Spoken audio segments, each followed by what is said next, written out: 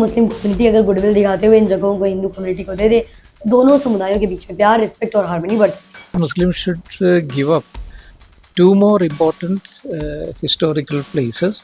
Hi everyone, this is Asha Pandey. Welcome back to आपकी खबर राजनीति। आजकल सोशल मीडिया और न्यूज़ प्लेटफॉर्म्स पर एक स्टेटमेंट काफ़ी ज़्यादा डिस्कशन में है।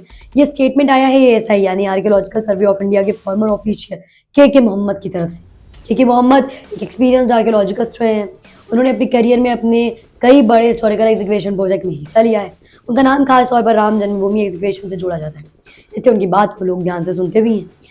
अपने एक रिसेंट इंटरव्यू में के मोहम्मद ने कहा कि जिस तरह अयोध्या का मसला कोर्ट के फैसले और सामाजिक संवाद के जरिए सॉल्व हो गया, वैसे ही मथुरा और काशी के मुद्दों पर भी एक पीसफुल कन्वर्सेशन होनी चाहिए। Muslims should give up two more important historical places. These are the temples also. Number one is Mathura, which is the birthplace of Lord Krishna. And the second is Gyanvapi, which is associated with Lord Shiva. These are the two important places which Muslims should hand it over to Hindu community.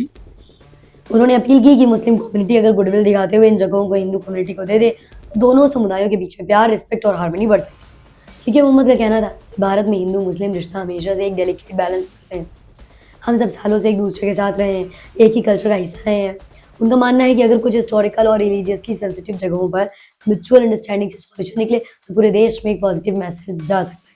लेकिन उनका ये statement सामने आते ही बहुत सी reaction देखने को मिल रही है। कुछ लोगों को लगता है कि ये उनका पर्सनल ओपिनियन है और इस बात से कोई फर्क नहीं पड़ता जब तक कम्युनिटीज अपनी तरफ से कोई ऑफिशियल स्टैंड ना ले। दूसरी तरफ कई लोग कहते हैं कि एक्सपीरियंस आर्कियोलॉजिस्ट की एक बात इंपॉर्टेंट होती है, क्योंकि उन्होंने हिस्ट्री को ग्राउंड लेवल पर देखा, समझा और डॉक्यूमेंट किया है।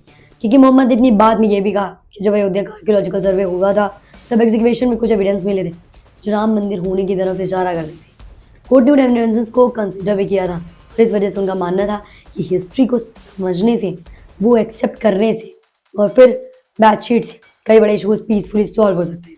उन्होंने एक और ऑब्जर्वेशन रखा कि जब रिलीजन और हिस्ट्री मिक्स होते तब इमोशन नेचुरली हाई होते। लेकिन उनका ये भी मानना है कि अगर लीडर्स और कम्युनिटीज मिलकर एक कॉम्पिटिटिव अप्रोच रखे तो टेंशन कम हो सकती है। लेकिन ये बात समझना बेहद ज़रूरी है कि भारत में किसी भी रिलीजियस प्लेस या इससे रिलेटेड डिस्प्यूट सिर्फ एक इमोशनल या रिलीजियस टॉपिक नहीं होता, ये लीगल, कॉन्स्टिट्यूशनल और सोशल डायमेंशन को भी टच करता है। इस वजह से किसी भी फाइनल डिसीजन पर पहुंचने के लिए कोर्ट लॉ और कॉन्स्टिट्यूशनल फ्रेमवर्क्स को फॉलो करना होना बहुत ज़रूरी होता है। संवाद इंपॉर्टेंट है, लेकिन उससे पहले कानूनी प्रोसेस को हमेशा रिस्पेक्ट किया जाता है। क्योंकि मोहम्मद के स्टेटमेंट के बाद मीडिया में कई प्रकार के सवाल उठ रहे हैं कि क्या कम्युनिटी लेवल बैकशीट से मथुरा और काशी जैसे इशूज सॉल्व हो सकते हैं? क्या ये अप्रोच देश में यूनिटी को बढ़ावा देगी या फिर न्यू कंट्रोवर्सीज को जन्म देगी? क्या एक आर्कियोलॉजिस्ट या हिस्टोरियन का ओपिनियन ग्राउंड रियलिटी पर प्रैक्टिकल इम्पैक्ट डाल सकता है? ये सब सवालों का सिंपल जवाब है नहीं। हर कम्युनिटी का अपना पर्सपेक्टिव, अपनी सेंसिटिविटी और अपनी हिस्टोरिकल मेमोरी होती है। इसलिए एक तरफ जहाँ कुछ लोग इस स्टेटमेंट को पीस मेकिंग सजेशन के रूप में देख रहे हैं, वहीं कुछ लोग इसे अननेसेसरी कंट्रोवर्सी का सोर्स भी समझ रहे हैं।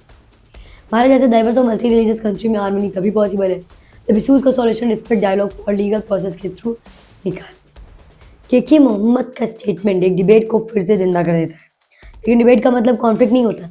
कभी कभी डिबेट से क्लैरिटी भी आती है, अंडरस्टैंडिंग भी बढ़ती है और सोसाइटी से इवॉल्व भी करती है। आखिर में ये कहना सही होगा कि के मोहम्मद का ये स्टेटमेंट पूरे देश में एक नए कॉन्वर्सेशन को शुरू कर देता है कि कैसे हिस्टोरिकल इशूज़ को समझा जाए, कैसे कम्युनिटीज एक दूसरे की भावनाओं को सम्मान करें, कैसे हम अपने देश को शांति और एकता की तरफ ले जा सकते हैं। आने वाले समय ही बताएगा कि इस स्टेटमेंट का क्या इम्पैक्ट होता है। फिलहाल इसने एक बार फिर से पुरानी हिस्ट्री, रिलीजियस सेंटिमेंट्स और मॉडर्न डे हार्मनी के बीच एक इक्वेशन को स्पॉटलाइट में ला दिया है।